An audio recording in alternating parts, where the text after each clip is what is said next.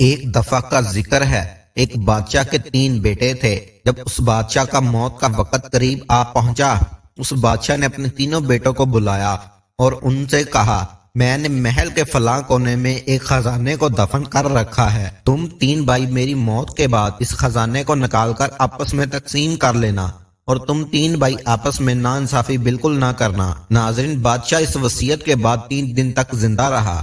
پھر چوتھے دن بادشاہ اس دنیا سے رخصت ہو گیا۔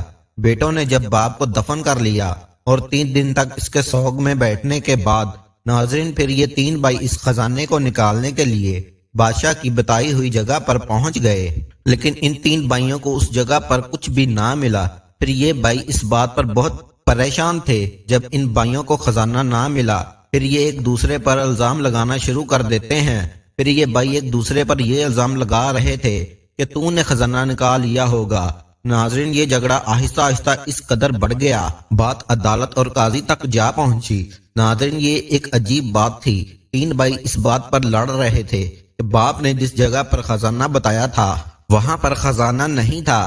یہ 3 بھائی آپس میں ہی مدعی تھے اور 3 بھائی ایک دوسرے کو قصوروار بھی ٹھہرا رہے تھے۔ قاضی نے اس مقدمے سے پہلے ان تینوں بھائیوں کو ایک بات بتا دی۔ قاضی نے کہا، میں تم بھائیوں کو ایک کہانی سناتا ہوں۔ تم لوگوں نے اس کہانی کو سننے کے بعد مجھے بتانا ہے کہ اس نے جوان مردی اور بہادری کا مظاہرہ کیا تھا۔ پھر قاضی نے کہانی یہاں سے شروع کی کہ ایک گاؤں میں ایک نوجوان مرد اور ایک حسین و جمیل لڑکی تھی۔ اس عاشق اور مشوق میں بہت محبت ہوا کرتی تھی۔ پھر ہوا کچھ یوں، اس لڑکی کی شادی کسی اور مرد کے ساتھ طے ہو گئی۔ پھر شادی کی تاریخ مقرر بھی ہو گئی۔ پھر ایک دن اس کا عاشق اسے تنہائی میں بلاتا ہے اور اس سے کہتا ہے، ان قریب تو اور میں ایک دوسرے سے جدا ہو جائیں گے، اور یہ بات میرے لیے بڑی تکلیف دہ ہے، کیونکہ تمہاری کچھ ہی دنوں میں شادی ہو جائے گی اور تم اپنے شوہر کے پہلو میں سو گی، یعنی کہ اس کے ساتھ سو گی، مگر میں تنہائی میں بستر پر پڑا رہوں گا اور تمہیں یاد کرتا رہوں گا۔ لہٰذا میں چاہتا ہوں ہم دونوں جدا ہونے سے پہلے ایک دوسرے سے ملاپ کریں، یعنی کہ ہم بستری کریں۔ جب ہم ایک دوسرے سے ملاپ کریں گے، مجھے اس سے سکون حاصل ہوگا اور تمہیں بھی اس سے سکون حاصل ہوگا، اور اس ہم بستری کو میں تاعمر پر آخری نشانی سمجھ کر یاد رکھوں گا۔ ان خوبصورت لمحوں کے ساتھ میں اپنی باقی زندگی گزار سکوں۔ پھر اس خوبصورت اور نوجوان لڑکی نے اس نوجوان عاشق سے کہا، میں شادی کے بعد بھی تمہاری فرما بردار رہوں گی، اور اس بات کا میں وعدہ کرتی ہوں کہ تم سے شادی کی پہلی رات تمہارے ساتھ گزاروں گی۔ ناظرین، پھر عاشق اور مشوق کے درمیان یہ بات طے ہو گئی۔ پھر ملاقات ختم ہوئی اور ایک دوسرے سے وہ دونوں جدا ہو گئے۔ پھر شادی کا دن بھی آ گیا اور لڑکی کی شادی بھی ہو گئی، اور وہ لڑکی اپنے شوہر کے ساتھ اپنے گھر چلی گئی۔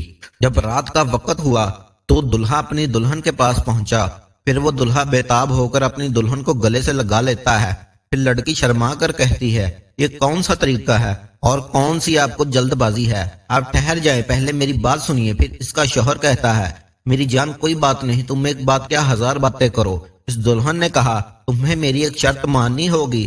پھر اس کا شوہر کہتا ہے، تم جو شرط کہو گی میں مانوں گا۔ لڑکی نے کہا، تم پہلے قسم اٹھاؤ تم میری بات مانو گے۔ تو ناظرین، اس کا شوہر باخوشی وہ قسم اٹھا لیتا ہے۔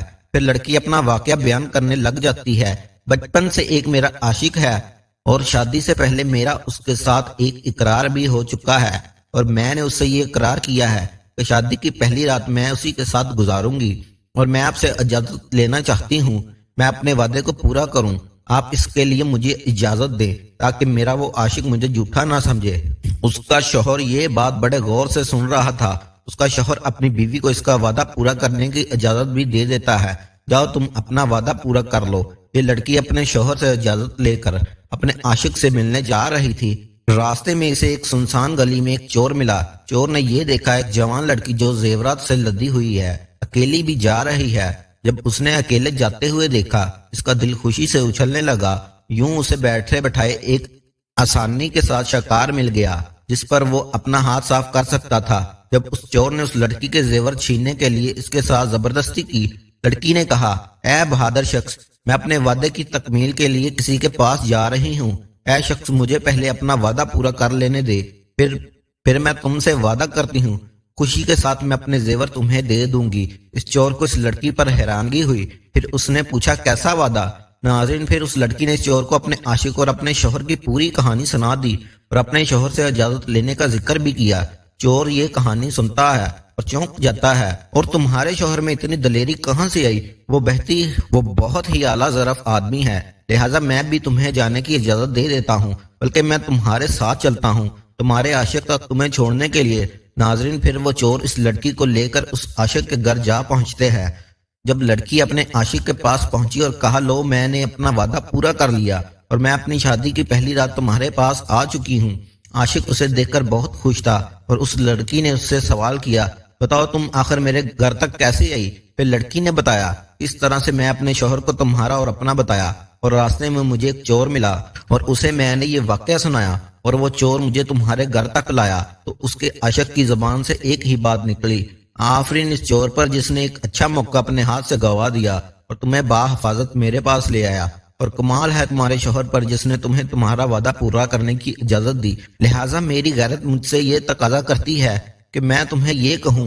یہ کہتے ہی عاشق لڑکی کے قدموں میں گر پڑا اور کہا، آج سے تم میری منہ بولی بہن اور میں تمہارا آج سے بھائی ہوں۔ ناظرین، پھر یہ لڑکی اپنے عاشق کا وعدہ پورا کر کے اس کے گھر سے نکلی، چور ابھی بھی اس دروازے پر کھڑا ہوا تھا۔ ناظرین، پھر اس چور نے اس خوبصورت لڑکی کے ساتھ وہی اصول کیا جو پہلے وہ کر چکا تھا، اس نے اس لڑکی کو باعزت اس کے شوہر کے گھر تک پہنچا دیا۔ یہ عورت جب اپنے شوہر کے پاس آتی ہے اسے ساری کہانی کے بارے میں بتا دیتی ہے۔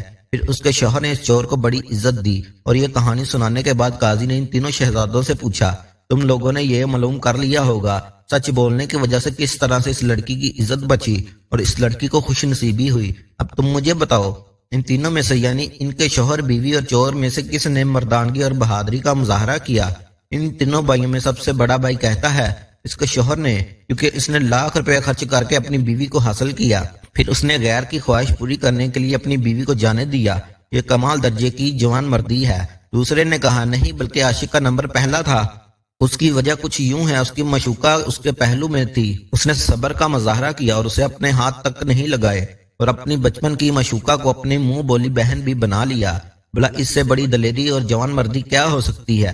سب سے چھوٹے شہزادے نے کہا، نہیں، یہ سب سے زیادہ قابل تعریف تو وہ چور ہے جو چور اپنے فائدے کے لیے کسی کو مارنے پر بھی گریز نہیں کرتا، اگر وہ اس موقع کو ہاتھ سے جانے دیتا، اس سے بڑھ کر صبر اور فیاضی اور کون سی ہوگی، لہٰذا ہمت اور جوان مردی میں کہوں گا اس چور میں تھی۔